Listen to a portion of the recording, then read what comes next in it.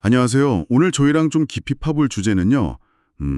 바로 한국의 직장 문화, 그리고 또 소규모 사업장의 노동법 문제입니다. 매일 겪는 그 회식이나 회의 문화 속 세대 차이 같은 거 있잖아요. 그런 거부터 해서 또 작은 회사 사장님들이나 직원분들이 겪는 그런 법적인 어려움들까지요. 저희가 참고한 자료는 TVN 라디오에 나오셨던 남용민 노무사님 인터뷰고요. 이걸 바탕으로 핵심만 좀 쏙쏙 뽑아보겠습니다. 네, 반갑습니다. 직장이 단순히 그냥 돈 버는 곳, 이걸 넘어서 진짜 우리 삶에서 차지하는 비중이 크죠. 그러다 보니까 뭐 갈등이나 어려움도 사실 생기기 마련이고요. 오늘 이 시간을 통해서 한국 직장 문화의 좀 현실적인 모습들, 그리고 특히 작은 사업장의 고민들을 같이 좀 들여다보면서요. 뭔가 좀 도움이 될 만한 그런 지점을 찾아봤으면 합니다. 아마 들으시면서 내 얘기인데 하시는 분들도 계실 거예요. 한번 본인 경험이랑 비교해 보시는 것도 재미있을 겁니다. 맞아요. 하루에 뭐 8시간 이상, 어떨 땐 가족보다 더 오래 있잖아요, 직장에. 근데 좀 충격적인 통계가 하나 있더라고요. 2022년 기준으로 보니까 한국 인구 10만 명당 자살률이 25.2명. 이게 OECD 국가 중에서 뭐 압도적인 1위래요. 물론 뭐 여러 이유가 있겠지만 그중에 직장 내 괴롭힘 때문에 힘든 선택을 하시는 경우도 분명히 있다는 거잖아요. 이걸 그냥 넘길 수는 없을 것 같아요. 네, 맞습니다. 직장 내 괴롭힘이라는 게 사실 뭐 엄청난 사건에서 시작되는 게 아니라 정말 사소해 보이는 말 한마디, 행동 하나에서 시작될 수 있거든요. 그래서 평소에 내 말이나 행동이 혹시 다른 사람한테 상처가 되진 않을까? 이걸 좀 돌아보는 게 중요해요. 특히나 그런 괴롭힘 때문에 극단적인 선택까지 이어진다는 건 이건 그 조직 자체가 좀 심각하게 병들었다, 이런 신호로 봐야 합니다. 단 한 사람이라도 좀 손을 내밀어주지 않았다는 뜻이기도 하고, 이게 결국 리더의 역할이 얼마나 중요한지를 보여주는 거죠. 이런 관점에서 보면 우리가 뭐 흔히 겪는 회식이나 회의 문화, 이런 것부터 좀 꼼꼼히 살펴볼 필요가 있어요. 네. 그럼 회식 이야기부터 좀 해볼까요?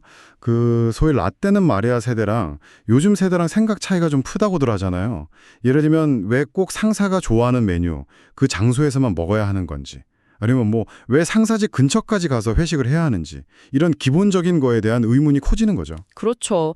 회식 자리에서 아랫사람한테 그냥 습관적으로 반말 쓰거나 이름 막 부르고 또 술 취한 상사 집까지 모셔다 드리는 게 뭐랄까 당연하게 여겨지던 그런 문화들 있잖아요. 아니면 뭐 별 이유도 없는데 밤늦게까지 붙잡아 두고, 이런 것들이 이제는 더 이상 당연한 게 아닌 거죠.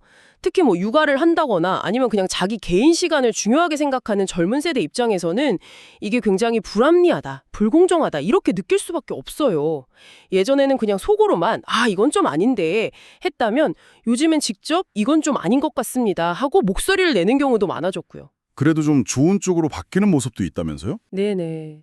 다행히 그런 변화의 움직임도 있습니다. 뭐 1차에서 그냥 깔끔하게 딱 끝내는 회식, 아니면 아예 점심시간을 이용해서 간단하게 송별회나 환영회를 한다든지, 이런 회사들도 조금씩 생겨나고 있어요. 이런 작은 변화들이 모여서 결국 전체 분위기를 바꾸는 거겠죠. 근데 이런 변화가 좀 더 확산되려면 결국엔 조직의 리더, 특히 사업주분의 생각이 바뀌는 게 제일 중요합니다. 예. 대표가 어떤 마인드를 가졌느냐, 이게 핵심이죠. 회식만큼이나 또 불만이 많은 게 회의 문화 아닐까 싶은데요. 결론은 안 나고 그냥 시간만 쭉 늘어지는 회의, 아니면 그냥 보여주기식 회의 때문에 힘들어하는 분들 얘기도 많이 들리더라고요. 맞습니다. 특히 실무자들은 진짜 할 일도 많은데 그냥 상급자에게 뭔가 보여주기 위한 그런 회의에 붙들려 있어야 하는 경우가 많죠. 이중고예요, 사실. 이걸 좀 개선하려면 회의 전에 명확하게 오를 안건이 뭐고 한 몇 시간 정도 걸릴 것 같다, 이걸 미리 공유하고, 진짜 불필요한 회의는 좀 과감하게 없애는 결단이 필요합니다. 회의 자체를 좀 생산적으로 만들어야죠. 그리고 업무 시간 외에 연락 문제. 이것도 정말 뜨거운 감자죠. 퇴근했는데 주말인데도 계속 업무 전화나 카톡이 온다는 분들 많아요. 효율하다, 이런 이름으로 만든 단톡방에서 주말까지 막 업무 지시가 이어지고, 이건 좀 심각한 문제예요. 이게 사실상 퇴근이 없는 거랑 마찬가지거든요. 근로자의 그 쉴 권리, 휴식권을 명백하게 침해하는 행위고요. 그래서 최근에 연결되지 않을 권리, 뭐 연결 차단권, 이런 논의가 활발해지고 있는 겁니다. 말 그대로 업무 시간 외에는 업무 연락에서 좀 자유로울 권리를 보장해 주자. 그래서 제대로 좀 쉬고 사생활도 보호받게 하자. 이런 취지죠. 이건 사업주뿐만 아니라 직원들도 서로 좀 인식을 개선할 필요가 있어요. 단순히 회의 횟수를 줄이는 거 말고 그 회의 문화 자체를 좀 실질적으로 개선하려면 또 어떤 게 필요할까요? 회의에서 결정된 내용은 반드시 좀 서면으로 남겨서 나중에 뭐 책임 소재를 분명히 할 수 있게 하고요. 또 각자 무슨 일을 맡고 누구한테 보고하고 결제를 받는지 이런 업무 분장이나 결제 라인도 명확해야 합니다. 실제로 제가 상담하다 보면 회의 결과가 좀 애매모호해서 나중에 구성원들끼리 네가 하기로 했잖아, 아닌데 이러면서 갈등 생기는 경우를 정말 많이 봐요. 그리고 이제 더 이상 뭐 까라면 까 이런 식의 좀 일방적이고 주먹구구식인 업무 지시는 안 통하죠. 또 현실적으로 불가능한 일을 막 강요하는 것도 그렇고요. 전반적으로 보면 그래도 예전에 비해서는 조직 문화가 좀 나아지고 있다. 이렇게 볼 수 있을까요? 네, 분명히 개선되고 있는 건 맞습니다. 맞는데 여전히 좀 변화하는 노동 환경이라든지 법규, 또 높아진 노동 인권 의식 수준 이런 것들을 현장의 문화가 아직 좀 못 따라가는 측면이 있어요. 네, 인식의 변화 속도가 좀 더딘 거죠. 제가 예를 하나 들어볼게요. 최근에 정말 좀 안타까운 얘기를 들었는데 20년 동안 한 회사에 정말 헌신하고 퇴사하는 50대 직원분이 계셨대요. 근데 이분이 평생 생선회를 못 드시는 분이랍니다. 입에도 못 댄대요. 그런데 회를 엄청나게 좋아하는 대표님 때문에 그분 송별회를 횟집에서 했다는 거예요. 와, 20년이나 일한 직원의 마지막 자리인데 그런 기본적인 배려조차 없었다니. 아, 정말 씁쓸하네요. 그 수년간 같이 일한 동료를 보내는 의미 있는 자리가 그냥 그렇게 형식적으로. 네, 바로 그런 모습이 아직 우리 사회에 남아있는 좀 경직된 직장 문화의 단면을 보여주는 게 아닌가 싶습니다. 그러니까 회식이나 회의 같은 이런 일상적인 문화 속에서 발생하는 어떻게 보면 사소해 보일 수 있는 일들이 사실은 누군가에게는 큰 상처나 괴로움이 될 수 있다는 거죠. 다시 한번 좀 강조하지만 조직 문화를 바꾸는 데는 정말 리더의 의지, 역할이 절대적입니다. 동시에 구성원 각자도 내 말과 행동이 다른 사람에게 어떻게 받아들여질까? 이걸 좀 돌아보고 서로 존중하려는 노력이 필요해요. 우리 모두 누군가의 소중한 가족이고 동료잖아요. 서로 존중하는 마음을 가질 때 조직 문화는 더 건강해질 수 있다고 봅니다. 저는 개인적으로 직장을 서로에게 인생의 일부를 내어주는 곳, 이렇게 좀 생각하고 싶어요. 모두가 좀 더 행복하게 일할 수 있는 곳을 만들기 위해서 다 같이 노력해야죠. 자, 그럼 이번에는 시각을 좀 바꿔서요. 소규모 사업장의 어려움에 대해서 좀 이야기 나눠볼게요. 보통 노동법 하면 왠지 근로자만 보호하는 법 이렇게 생각하기 쉬운데 사실 작은 회사를 운영하시는 사장님들도 법과 현실 사이에서 어려움이 많으시잖아요. 그렇죠? 특히 요즘처럼 경기가 어려울 땐 더더욱 그럴 것 같고요. 맞습니다. 소규모 사업주분들 고충도 정말 상당합니다. 때로는 뭐 노동법이 너무 근로자 편만 드는 거 아니냐 이런 불만 섞인 목소리도 나오고요. 그래서 이번에는 좀 사업주 입장에서 알아두시면 도움이 될 만한 노동법 관련 쟁점들을 채용 단계부터 퇴직 단계까지 좀 순서대로 짚어보려고 합니다. 네, 그럼 채용 단계에서는 주로 어떤 문제들이 많이 생기나요? 가장 흔하면서도 또 문제가 되는 게 바로 그 근로계약서 미작성 문제입니다. 예를 하나 들어볼게요. 직원이 입사한 지 한 이틀 만에 사장님이랑 좀 마찰이 생겨서 그만두게 됐어요. 근데 이 직원이 나 근로계약서 안 썼다. 이걸로 노동부에 신고를 해서 결국 사장님이 형사처벌까지 받은 사례가 있습니다. 물론 사장님 입장에서는 뭐 정신없이 바쁘다 보니까 계약서 쓰는 걸 깜빡하거나 아니면 좀 미룰 수도 있겠지만 법적으로는 무조건 직원이 일을 시작하기 전에 그 전에 반드시 서면으로 작성해서 교부를 해야 합니다. 법은 이런 사정을 잘 안 봐줘요. 근데요, 만약에 직원이 뭐 급여 같은 조건에 불만이 있어서 나 서명 못하겠다 이렇게 거부하다가 며칠 안 나고 그냥 그만둬 버렸어요. 이런 경우는 어떻게 돼요? 이 경우에도 계약서 안 쓴 걸로 처벌받을 수 있나요? 이건 진짜 사장님 입장에선 좀 엉뚱할 수도 있겠는데요. 네, 바로 이 부분이 실무에서 정말 주의해야 할 지점입니다. 실제로 그런 사례가 있었어요. 사장님이 출근 첫날 계약서를 주면서 서명을 해달라고 했는데 직원이 급여가 내가 생각했던 거랑 좀 다르다면서 서명을 안 하고 다음 날부터 그냥 안 나와버린 거죠.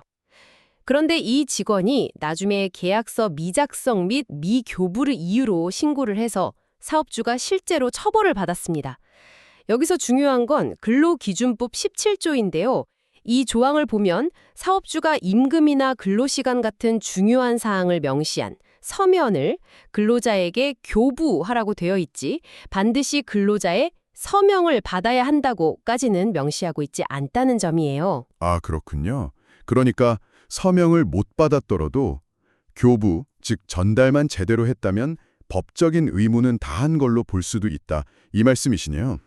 그럼 어떻게 교부해야 좀 확실할까요? 맞습니다. 그래서 직원이 만약에 서명을 거부하는 그런 상황이라도 일단 작성된 근로계약서를 이메일로 보내든 문자 메시지나 카톡으로 보내든 어떤 방법으로든 전달해서 나는 교부했다는 증거를 남겨두는 것이 중요합니다. 즉 직원의 서명이 없더라도 사업주로서는 할 도리를 다한 셈이 되는 거고 이걸 통해서 나중에 처벌을 피할 수 있는 거죠. 네, 사장님 서명만 있는 계약서라도 일단 전달하는 게 핵심입니다. 이런 법의 좀 틈새라고 해야 할까요? 이런 점을 또 악용하는 사람들도 있을 것 같은데요. 네, 안타깝지만 그런 경우가 실제로 있습니다. 소규모 사업장이라는 점, 그리고 사장님들이 아무래도 노동법에 좀 상대적으로 취약하다는 점을 이용해서요, 악의적으로 이 근로계약서 미작성이나 미교부 문제를 딱 트집 잡아서 어떤 부당한 이득을 취하려는 그런 직원들이 존재합니다. 따라서 사업주분들은 좀 번거롭더라도 직원이 업무를 시작하기 전에는 반드시 근로계약서를 작성해야 하고요. 만약에 직원이 내용 합의 문제로 서명을 거부하더라도 일단 업무를 시작했다면 어떻게든 작성된 계약서를 교부해서 증빙을 남겨두셔야 합니다. 그럼 직원이 퇴사할 때는요? 그때는 어떤 분쟁이 주로 생기나요? 아무래도 부당해고 관련된 분쟁이 가장 많습니다. 퇴사 시점에 좀 감정이 적해지면서 문제가 불거지는 경우가 흔한데요. 예를 들면 입사한 지 얼마 안 된 직원이 근무 태도가 영 마음에 안 들어요. 그래서 사장님이 홧김에 아니 그렇게 일할 거면 당장 그만둬! 이렇게 소리쳤는데 직원이 이걸 나 해고당했다 이렇게 받아들이고 노동위원회에 부당해고 구제 신청을 하는 경우죠. 아, 듣는 직원 입장에서는 그게 진짜 해고인지 아니면 그냥 화가 나서 하는 말인지 좀 헷갈릴 수도 있겠네요, 순간적으로. 그렇죠. 그런데 최근에는 좀 더 악의적인 경우도 있습니다. 스마트폰으로 몰래 녹취를 한다거나 아니면 SNS 대화 내용을 자기한테 유리하게 교묘하게 편집을 해요. 그런 다음에 노동법을 잘 모르는 사업주를 압박해서 합의금을 요구하는 그런 사례들이 나타나고 있습니다. 심지어 제가 본 사례 중에는 상습적으로 여러 편의점, 식당, 병원 이런 데를 돌면서 이런 방식으로 합의금을 챙기는 사람들도 있었어요. 만약에 노동위원회에서 이게 부당해고다 이렇게 인정이 되면 사업주한테는 어떤 불이익이 따르나요? 근로자는 퇴사하고 3개월 안에 노동위원회에 구제 신청을 할 수 있거든요. 만약 거기서 이게 부당해고로 판정이 나면 사업주는 일단 그 해고 기간 동안 그 직원이 정상적으로 일했다면 받았을 임금 전액을 지급해야 하고요. 원칙적으로는 그 직원을 다시 복직시켜야 합니다. 만약에 직원이 나 복직은 원하지 않는다 하면 임금 상당액 이상의 금전 보상을 해줘야 할 수도 있고요. 이게 소규모 사업장에는 정말 큰 경제적인 부담이 될 수 있죠. 그럼 아까 말씀하신 것처럼 당장 그만둬 이런 말을 홧김에 했을 때 소규모 사업주는 어떻게 대처하는 게 좀 현명할까요? 만약 그 발언이 정말로 해고할 의도는 아니었다. 그냥 화가 나서 한 말이었다면 최대한 빨리 그 직원에게 아까 내가 한 말은 진짜 해고하겠다는 뜻이 아니었다.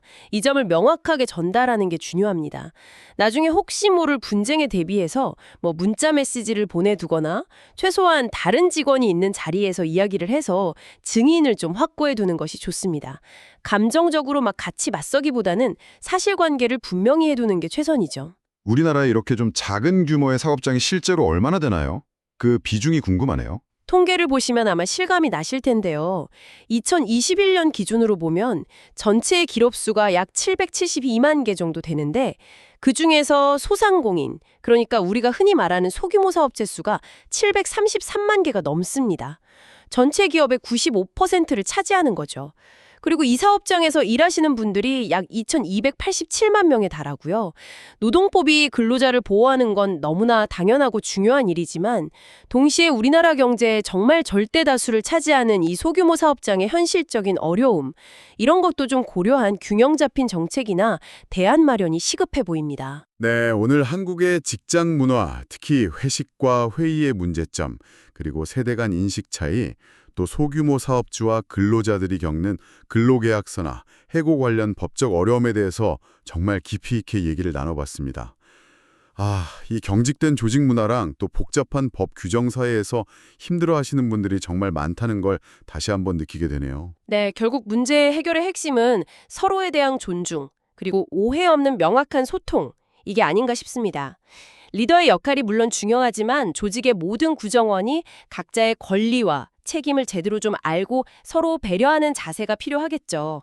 아까 제가 말씀드렸듯이 직장이 단순히 돈만 버는 곳이 아니라 서로에게 인생의 소중한 시간을 내어주는 곳이라는 그런 생각으로 모두가 좀 더 건강하고 행복하게 일할 수 있는 환경을 만들기 위한 노력이 계속되어야겠습니다. 오늘 이야기를 마무리하면서 청취자 여러분께 질문 하나를 남기고 싶습니다. 오늘 들으신 내용을 바탕으로요.